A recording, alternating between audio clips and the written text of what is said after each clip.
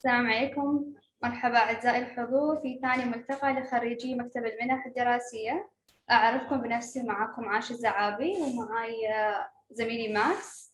اليوم مستضيفين اثنين من زملاء من مكتب المنح الدراسية من طلابنا، معنا خليفة المنصوري وسارة الزعابي. بس لو ممكن من خليفة وسارة لو تعطونا نبذة مختصرة عن دراستكم في الجامعة. سنة خليفة دارس برا في كاليفورنيا وسارة في نيويورك أبو ظبي، بس ممكن خليفة تعطينا نبذة مختصرة عن الدراسة برا في الخارج؟ Sure. My name is Khalifa Atik Al-Mansouri. I studied my bachelor's in business administrations in the high colleges of technology. And I noticed there was a lot of policies that needed to be changed and to be improved. So I decided to continue my studies in University of California, Irvine, to improve myself. I have a lot of hobbies. One of my favorite hobbies is horse riding. And I studied in RAC Academy for my high school. So that's where I gained my English language. Okay, Sarah? Hi, everyone. My name is Sarah Zahabi. I graduated from New York University, Abu Dhabi, where I studied my bachelor's degree in art history with minors in interactive media and heritage studies. I'm from Ras Al Khaimah. I graduated from Sabahiyya High School. Thank you so much, Khalifa. Thank you so much, Sarah. It's my pleasure to start sort of asking you with a few questions. So the first thing that we're really interested in is how did you choose your course? Khalifa already mentioned this a little bit in the beginning, because you said you found a lot of passions in your bachelor's degree that you then carried over to your master's degree. So my first question to you two would be, how did you actually choose your course, and how did you know what you wanted to study? If Khalifa could go ahead, and then Sarah can share her input as well. Sure. First of all, I was always interested in public policies and laws because it mostly deals with other countries' development, and this interest made me continue into the public policy masters. Also, another reason is I was lucky to have a friend, Sheikh Khalid Al-Qasimi, who always supported me into improving myself and achieving my goals. So these two reasons are the main reasons for why I chose this course. Okay, cool. What about you, Sarah? Especially as a bachelor's, how did you find out what it was that you wanted to study? Yeah, so before going to university, art history wasn't my first choice. I really did not think at all about majoring in art history, but I was generally interested in the humanities, in literature, and social science as well. So I took some time to explore my interests, and especially at NYU Abu Dhabi, you don't really have to declare your major until your second or third year. So there was a lot of time for me to think about what I'm interested in. And I found that art history was the thing I was most passionate about, and also the thing that brought all my interests together. So all my interests in visual language, and also literature and humanities in general. So I explored my options, and I found that art history was the best thing. Thank you for sharing. Yeah, thank you for sharing, Sarah. Sarah, since you just graduated from NYU AD, so what's your ambition after graduating now? So my goal is to work within the growing arts and culture sector in the UAE, preferably at a cultural institution or a museum. But I don't have any one specific goal, because I think I'm very flexible with my plans, but that's my general goal. And also I'd like to be able to pursue graduate studies, either in museum studies or a specialized field of art history. Okay, what about you, Khalifa? Well, my aspiration is to work for the government sector and to serve my country with my public policy skills. Like for an example, in California state, there's a huge energy problem and water problem. So during my studies, we addressed these problems and we found ways into solving these problems. And I think that it's similar to what we have here in UAE. Like we have a major water problem. So I think that we will try to find solutions and to try to improve our energy sector and water sector. So this is my ambition. Yeah, that's great. That's very exciting to hear. So we have two different subjects in different fields of study, but I think what I would like to hear from, or what we'd like to hear from both of you is, where do you see the future of your specialization or of your career going? And Khalifa, you already mentioned this just now. How do you think you contribute to the country and to the community with these specializations? Either of you, feel free to go ahead if you have a particular thing in mind already. I think for me, the arts and cultural scene is growing very rapidly in the UAE. And during the time when I was studying, the Louvre Abu Dhabi had just opened, and it was a very exciting time for the arts. And I think with all the new projects, such as the Zayed National Museum or the Guggenheim in Abu Dhabi, those are only two out of so many different projects. I want to be able to promote the UAE's rich cultural and artistic scene in the best way possible, and to be able to support local creatives in reaching their full potential. So that's one of the reasons why I'm also very passionate about my field of study. Great. Okay. And what about you, Khalifa? How has studying in the US helped you figuring out how to apply your knowledge in the UAE, perhaps? Sure, Max. As you may have studied public policy, you would know that it is one of the most vital parts any country in the world will need. The more the country will develop, the more policies need to be implemented. So I feel that this will allow me to serve my country well and to find the policies that can make people's life easier, firms easier. I mean, everybody's life easier. So public policy is a very important thing that we need in all modern countries. Absolutely, I agree with you. Okay, thank you for sharing. Yeah, thanks Khalifa and Sarah. So since Sarah studies the culture of art, so what do you advise students that want to study these majors? Sarah and Khalifa too also. Who will start, Sarah or me? Well, the first word that I would say is to be interested. Interest, and interest.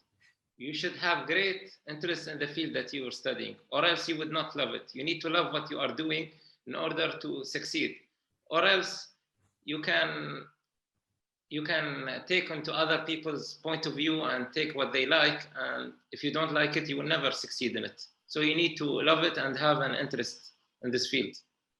Yeah, I agree. Do you feel the same way, Sarah? Yeah, I agree with Khalifa.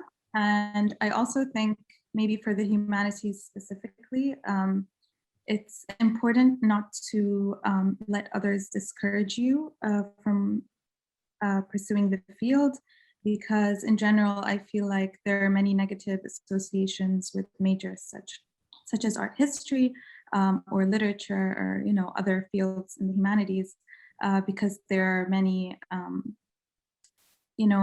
people worry maybe about the career prospects, or some people don't think it's as important as other fields such as science or maths or engineering.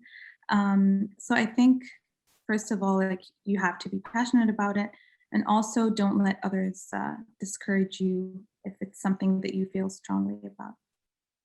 Great, I think that's very valuable feedback for all of our attendees and listeners.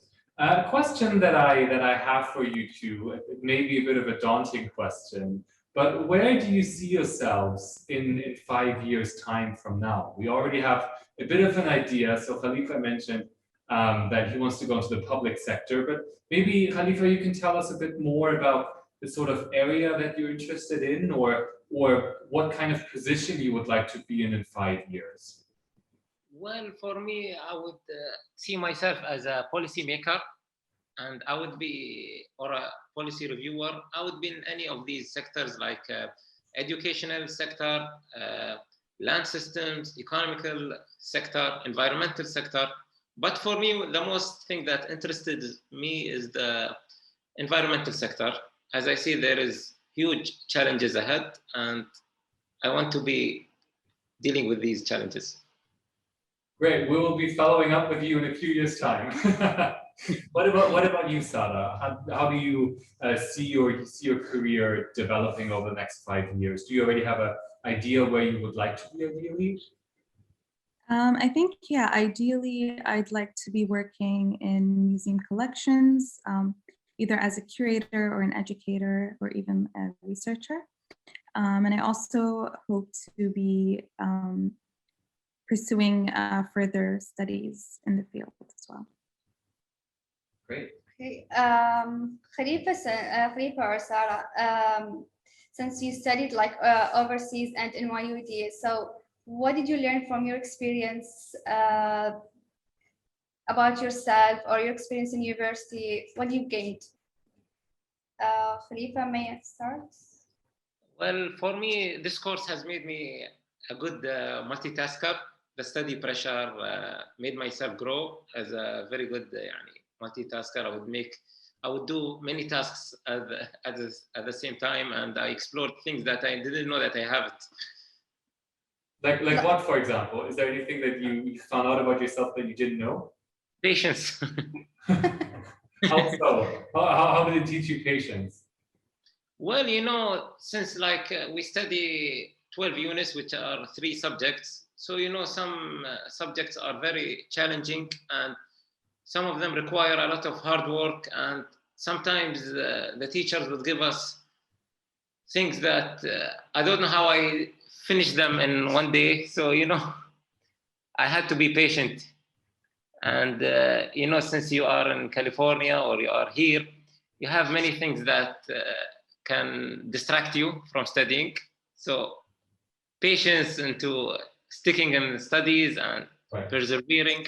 So these things what I learned. Very valuable life skills, I would say. What about you, Sada? Was there anything that you discovered about yourself that you discovered during your studies? I think I learned a lot about myself. I was exposed to many new ideas, new cultures, new interests.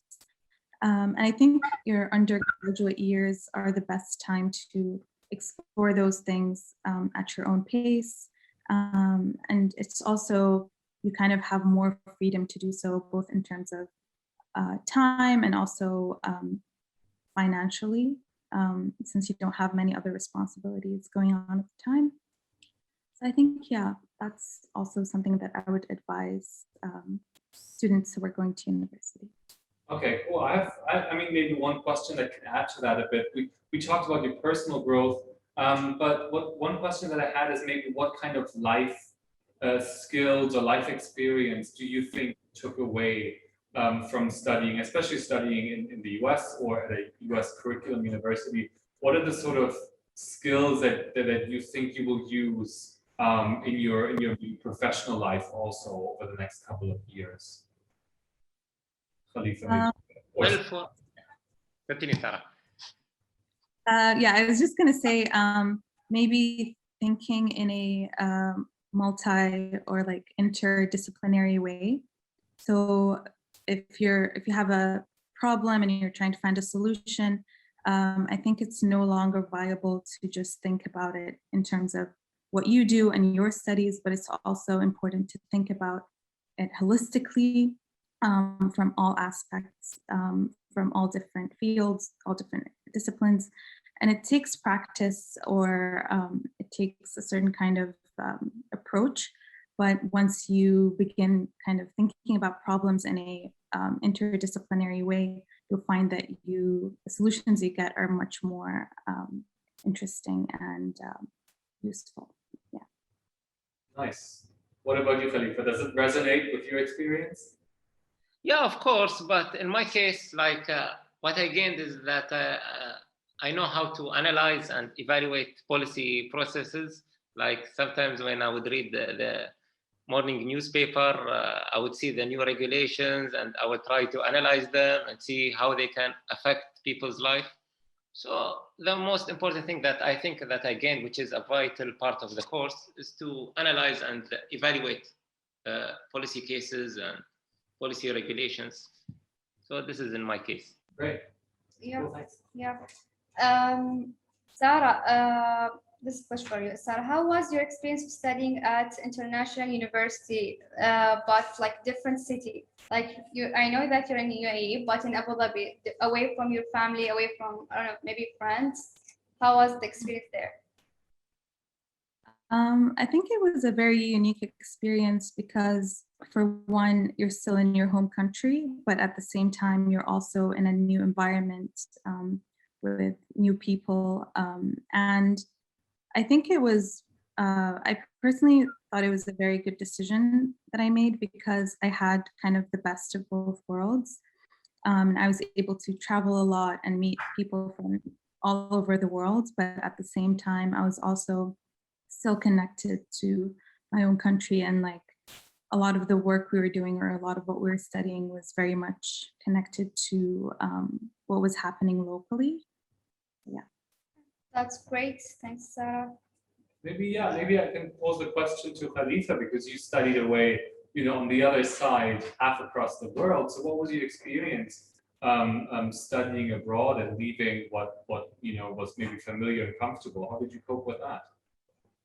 Well, to be honest, the first days it was a bit hard.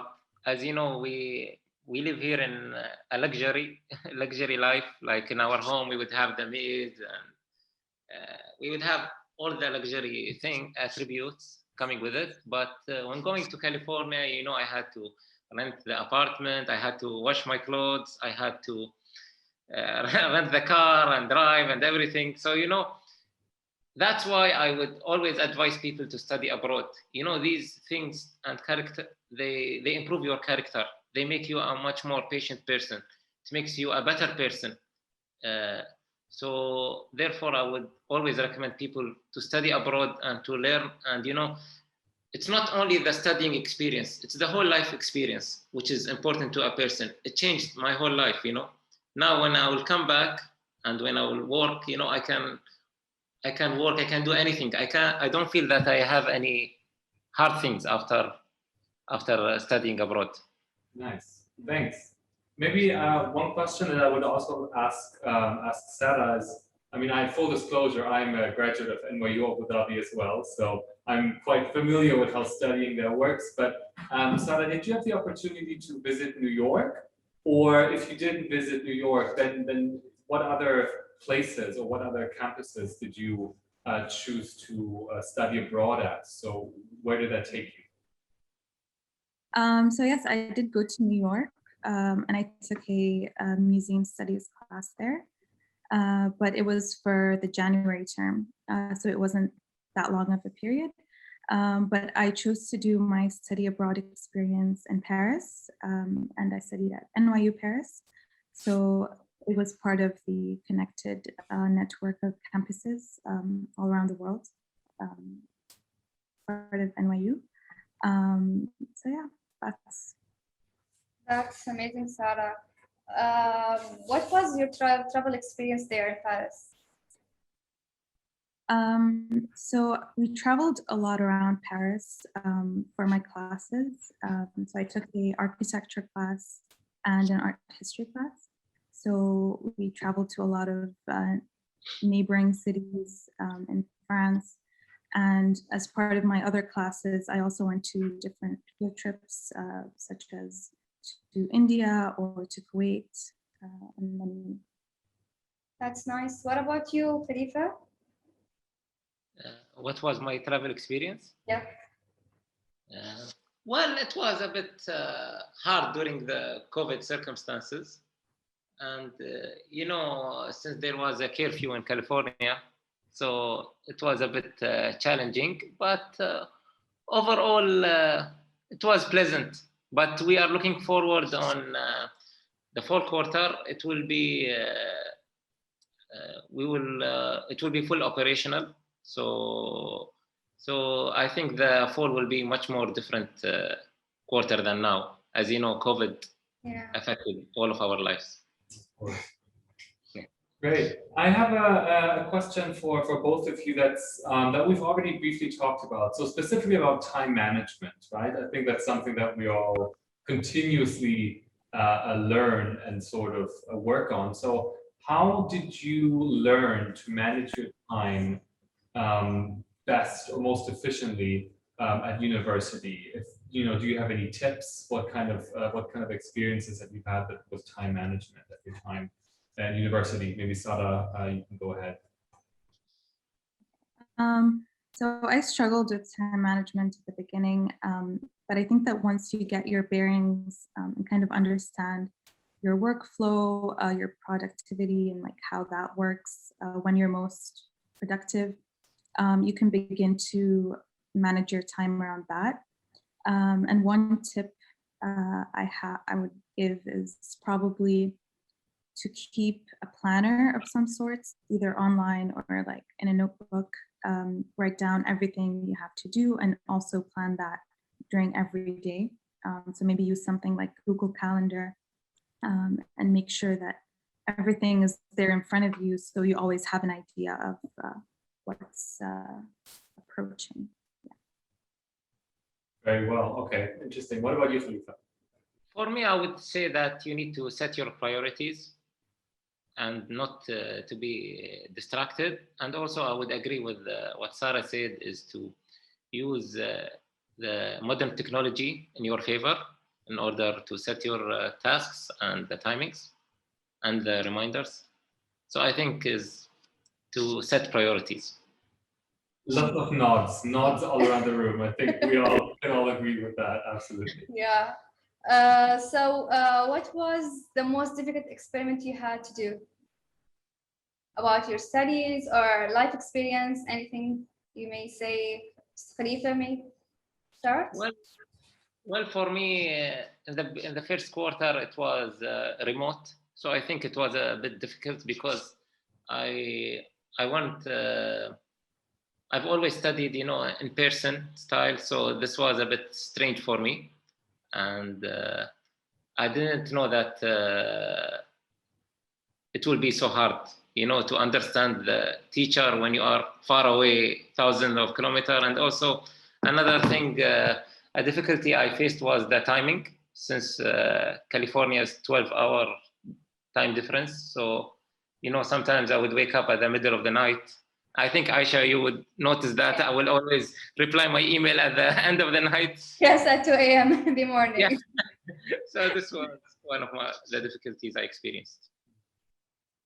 What about you, Sada, since it was in person still when you were studying, for the most part? I think for me, the most difficult thing was being able to leave my comfort zone and try new things.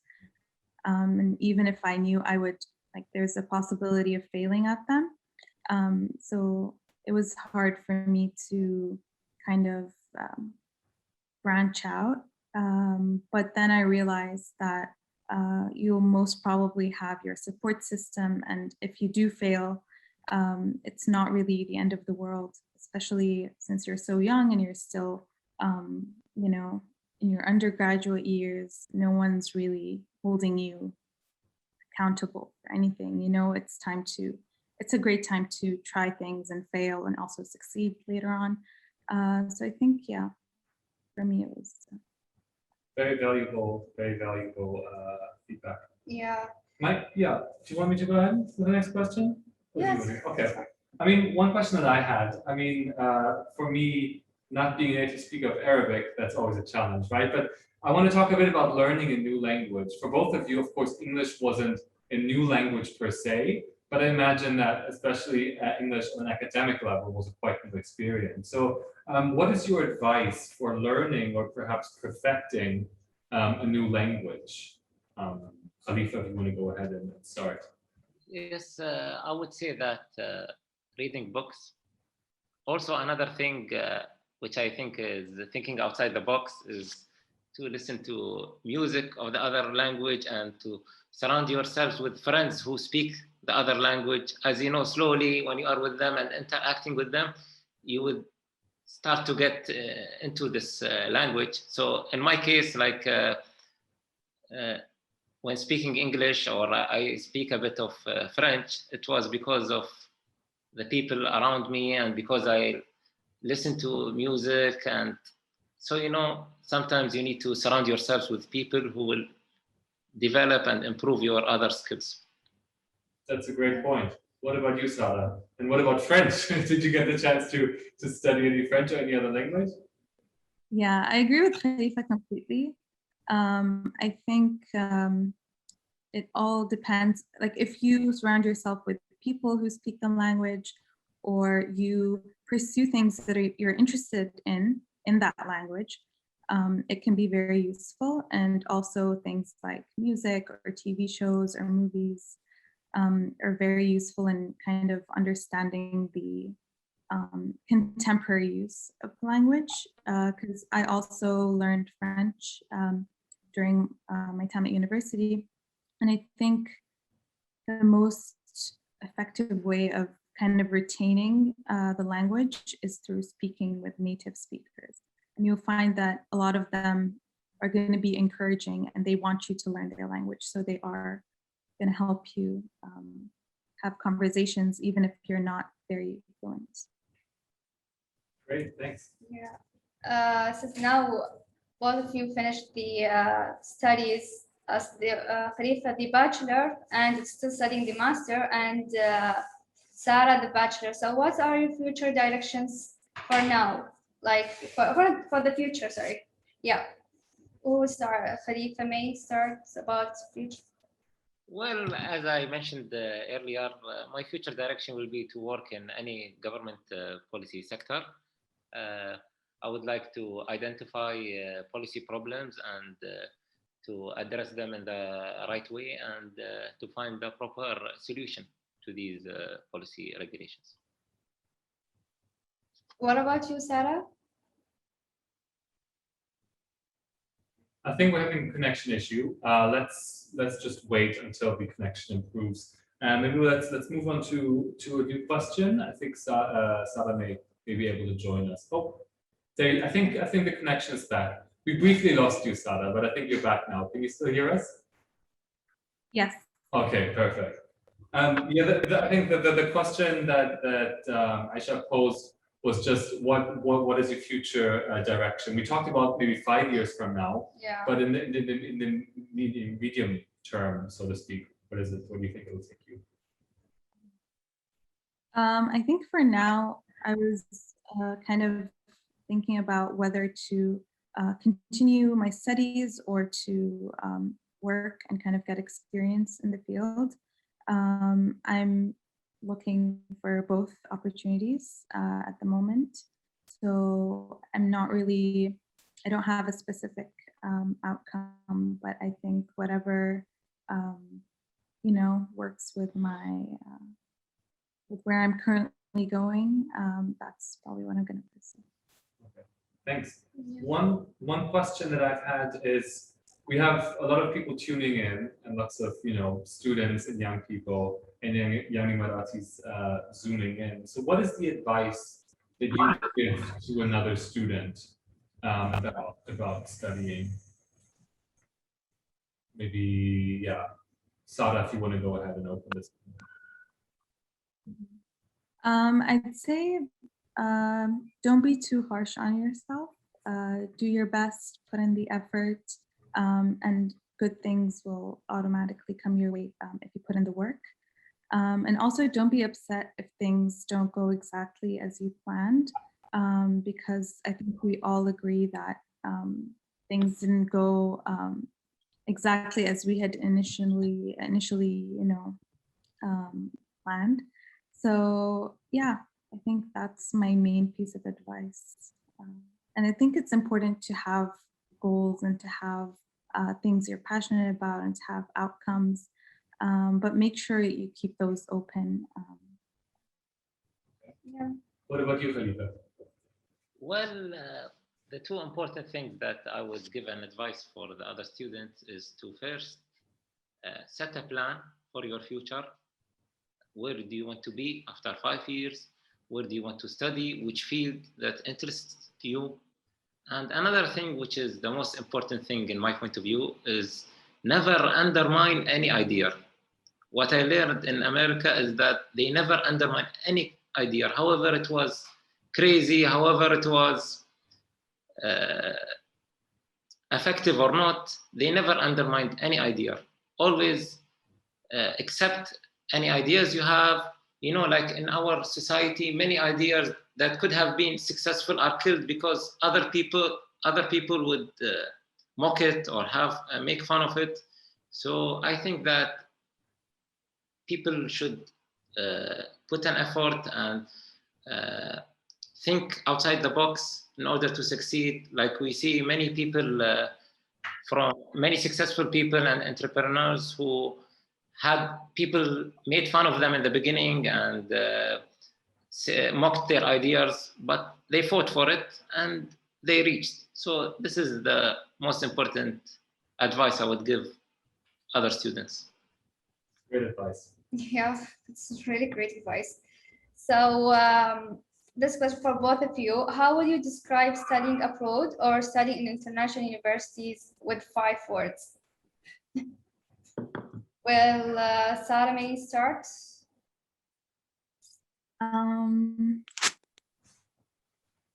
I would say fulfilling, life-changing, exciting, hard, and rewarding.